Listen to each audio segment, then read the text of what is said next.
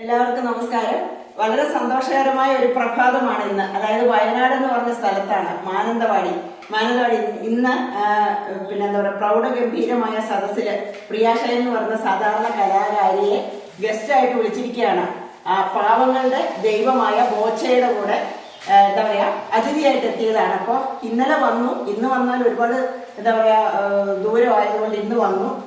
ഖദീജ പിന്നെ ദീദിയുടെ വീട്ടിലാണ് താമസം.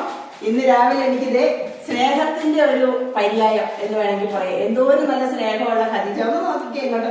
അപ്പൊ എനിക്ക് നെയ്പ്പത്തല്ല എന്നെ അതൊന്ന് പറഞ്ഞേ. നെയ്പ്പത്തല് ചിക്കൻ കറിയാണ്. അപ്പൊ ഞാൻ റെഡി ആയിട്ട് നിൽക്കുകയാണ്. ഇനിയിപ്പോ ഉടുപ്പിട്ടാ മതി.